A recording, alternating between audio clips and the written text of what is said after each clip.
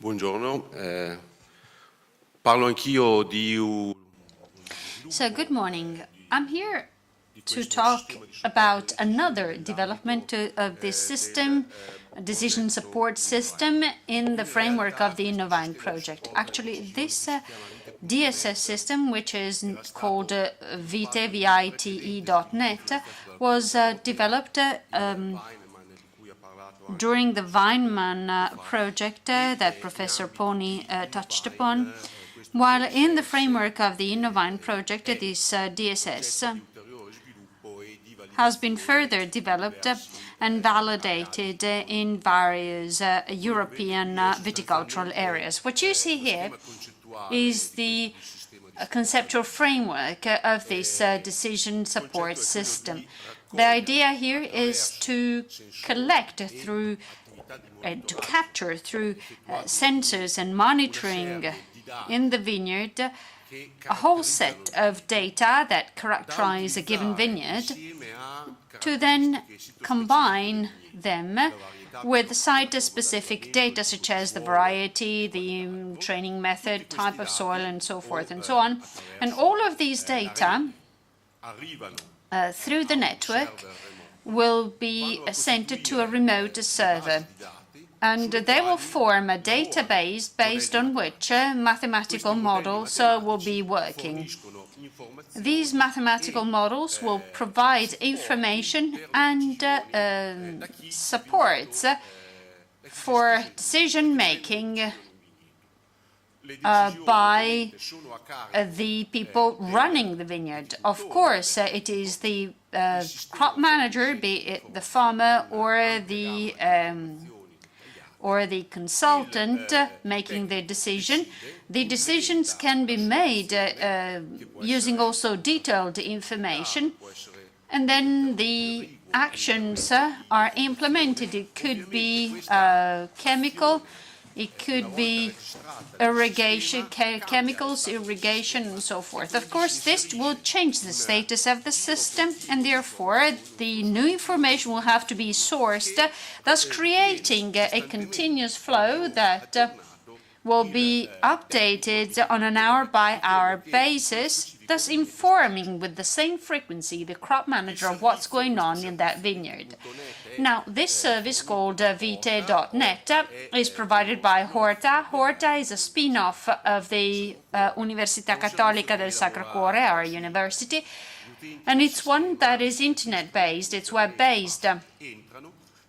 The users will register with an account and a password, and they will provide the data, the key data concerning their vineyards. From then on, they can obtain different types of information that can be displayed through a color-coded map that will make it immediately clear of what the situation is like. For instance, these symbols are weather stations, whereas these are vineyards that will benefit from the weather station's data. And here you have the different color coding of Downy mildew risk as a function of the plant development, of the vineyard situation, and of the preceding sprayings. Now, this first screen will give you access to the DSS, where you have a whole set of key information which are pretty easy to interpret. First of all, there's information concerning vine growth and development in terms of leaves and phenology. And behind this output, we have the model that Professor Poni has just described. This is not available in this version, but here you would usually see another indicator of the vineyard water stress, which refers again to the model that Professor Poni described. Then, as you can see here, there's a whole dashboard with indicators alerting us to the risk of a specific disease developing in the vineyard or pests. and weather data and forecasts. The system is again color-coded to make it more understandable and to give a situation overview at a glance. So, for instance, you might then want to check the alerts and understand why each of these counters is giving a certain result. If you click on it, you get detailed information. For instance, when it comes to weather data, you can observe weather data in a specific estate. All the systems work in the same way. The dark line, the black line is today. Whatever is to the left of it is the history, whereas whatever is to the right is a forecast. And that holds true for the key variables here. And then you have the detailed information on the last 72 hours, and then the display of the latest set of data that was recorded by the station, sent to the server, validated, checked, validated, and made available on the system. And then you have disease, again, alert, the disease alert dashboard. There too you can click and you will get all the explanations that will describe how the disease is developing. In this case, these are primary infections of Downy mildew. And behind it, you have a whole model that has been developed by our university, which is now largely validated.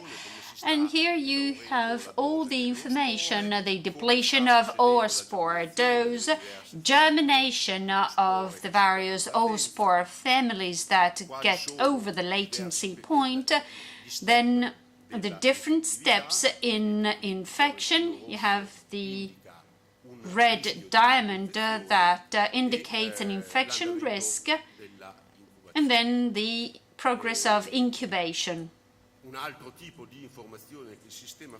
Another type of information provided by the system is the current level of protection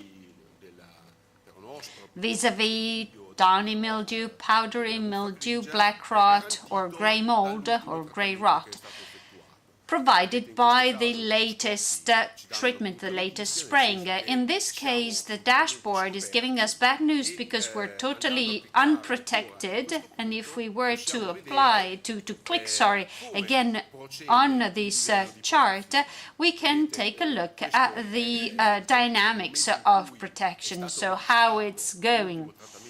So this is the date of the last treatment applied, and the system will record the type of product used, the dose, and the time when the spraying ended, and that activates a mathematical model.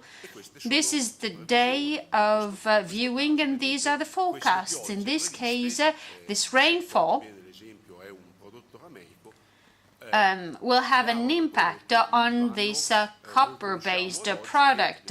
So we know already that the rainfall will deplete the copper protection in the 2 days to come. So this is the plant development model. It's always conceptually the same idea. Here you have the phenological, the key phenological phases. If you click on it, you will get the details of the chart. Leaf emission and the development in plant phenology. Behind each of these charts, there are obviously mathematical models that were fed by weather data, and that coupled with the vineyard characteristics and plant development model. The key variable here is the temperature and the light, the amount of light, but of course that is calibrated for the various grapevine varieties and training methods. Now, we can also choose what to do based on the outputs that we see. If you click on this position, you will get to a decision tree that will guide you based on a number of elements and factors and based on the outputs and models that I will see on my DSS, so that I can make a decision. Although the final decision obviously is at the hands of the crop manager. Now, the system will provide guidance.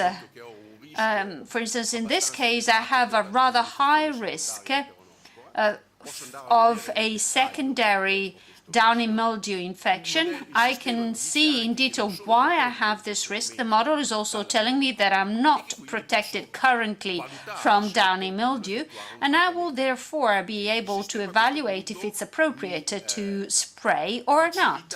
The system here will make it easier for me to choose the protection product if I need that kind of help. The system will provide a database of protection products within which you can do your searches on the mechanism of action and the prevention properties, toxicology class, and so forth, so that you can funnel down your choice of available products in order to identify which of these are best suited to my specific current condition. You can also display a sheet containing the main product characteristics, also showing FRAC resistance, potential resistance problems.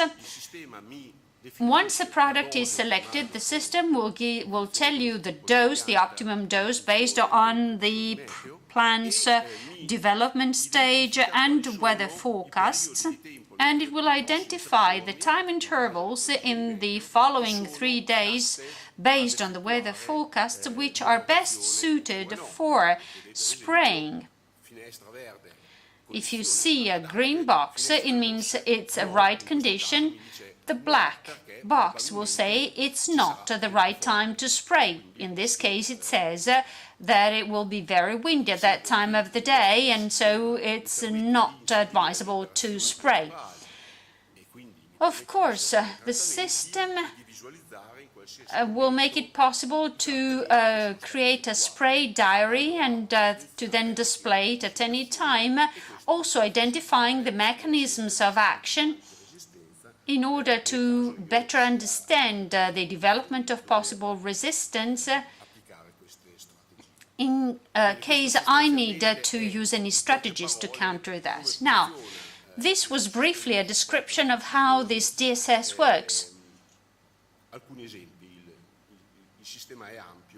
Well, the system is very rich. I've just shown some examples of what it can do for you. But I kept that explanation and exemplification short because I wanted to demonstrate the outcomes, the results of the application of this system. The system was initially tested in 21 pilot estates in 2011 and 2012 throughout Italy.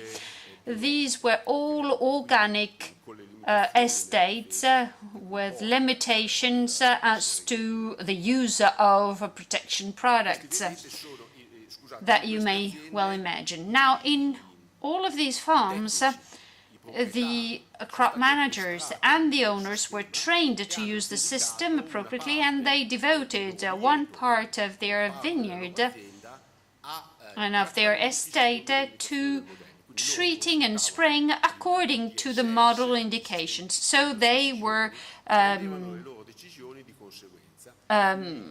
just using the DSS to make decisions, and therefore they had to comply with the timings and the dosage recommended by the system, while the rest of the estate was being run normally, as if Vite.net was not available. Now, these are the average results in terms of Downy mildew protection. You get the same protection level with an average reduction in the number of sprays per season by 24%. Also, a reduction was seen in the amount of copper sprayed per application per spray. And then in combination, this led to a reduction in the use of copper per season by 37%, which amounts to a reduction in costs by 195 euros approximately. These are the results of another project, another European project called PURE, Pure, in organic and integrated production farms.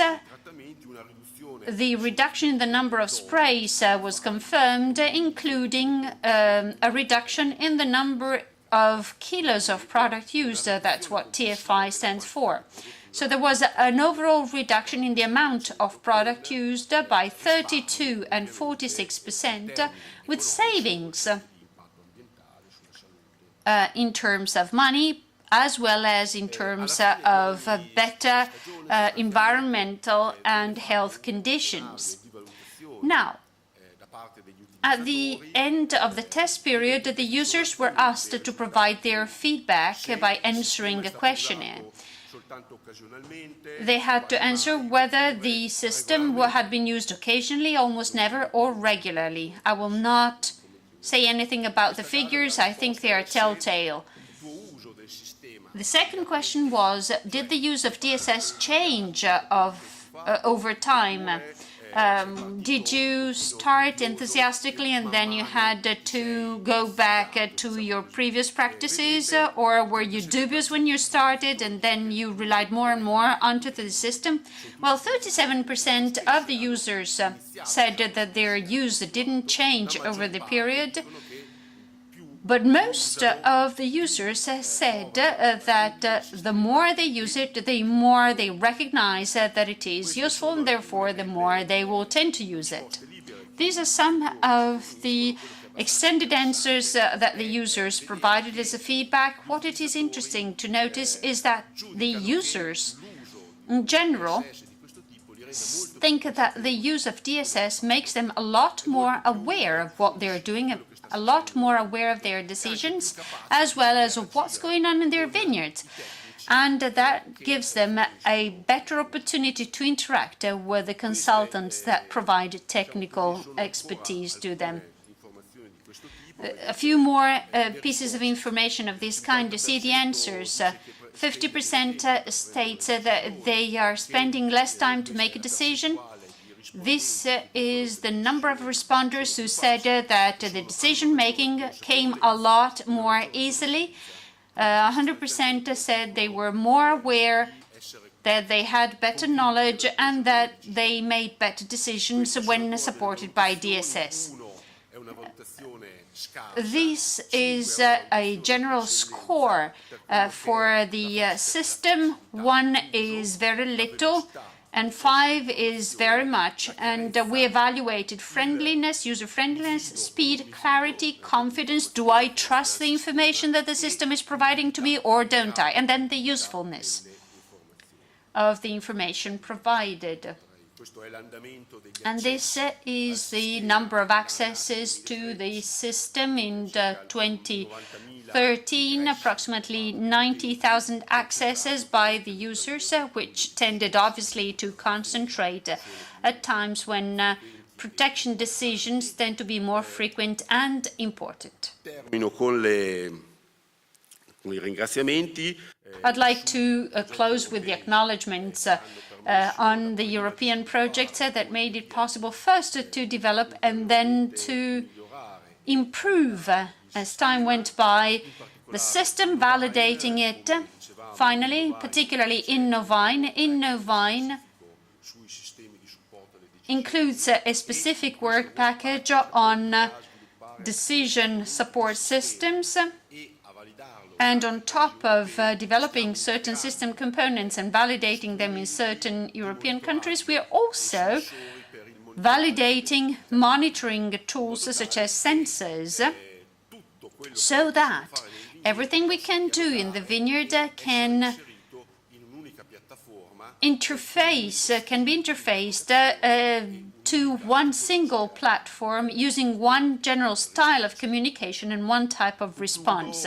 I'd like to close thanking, obviously, the people who contributed to this effort, particularly my team at the university, in our university spin-off, and this man who was one of the people who really believed in the value of this system. I think that's all with me. Thank you very much for your listening so attentively.